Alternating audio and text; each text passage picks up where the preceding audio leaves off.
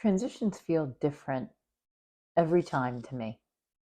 They feel very murky. I feel very discombobulated, lost in soupy fog.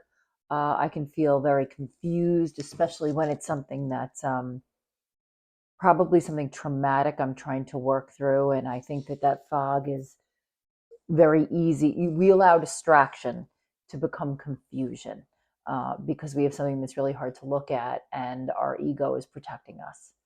And I am deep in transition at the moment, but it's a very transparent, delicate transition.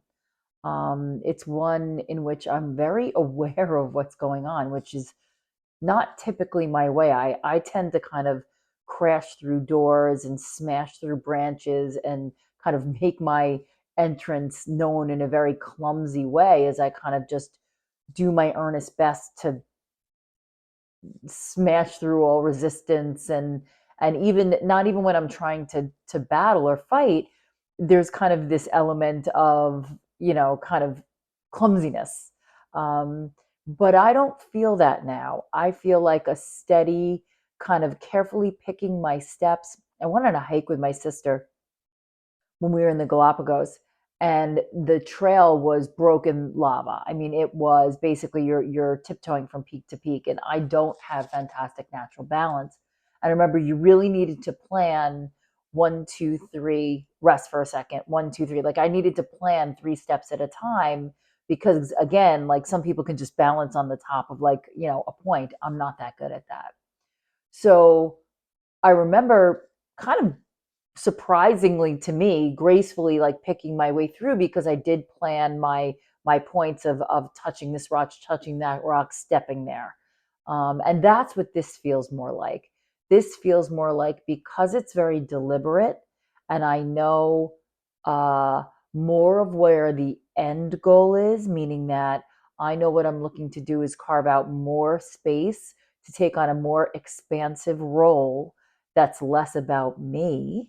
I know that my steps are going to be very different than they've been before, and I do need to be more nimble and sensitive because it's easy to crash through your own stuff because you're investigating it and you got to pry in there. But if you're extending yourself to be more cognizant of others' work, regardless of your bond with them, you need to be able to be a little bit more delicate, a little bit more, not reserved, but certainly more attentive, and listening for cues of what they're really trying to tell you. So that's where I find myself this morning. And I feel that that's kind of the transition of what I'm moving to.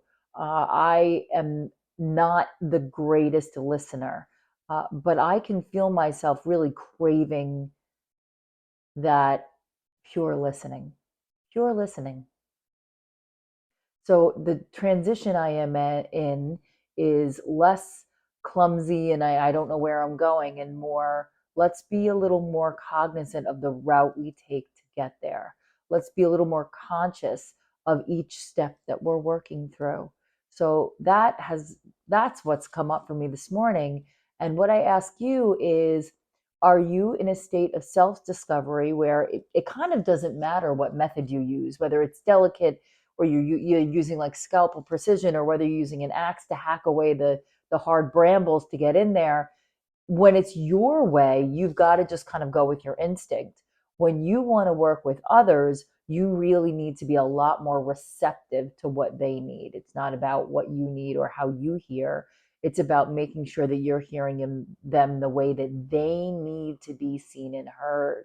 And I wonder where you are, where you find yourself. And that's what's come up for me today. And I will see you tomorrow.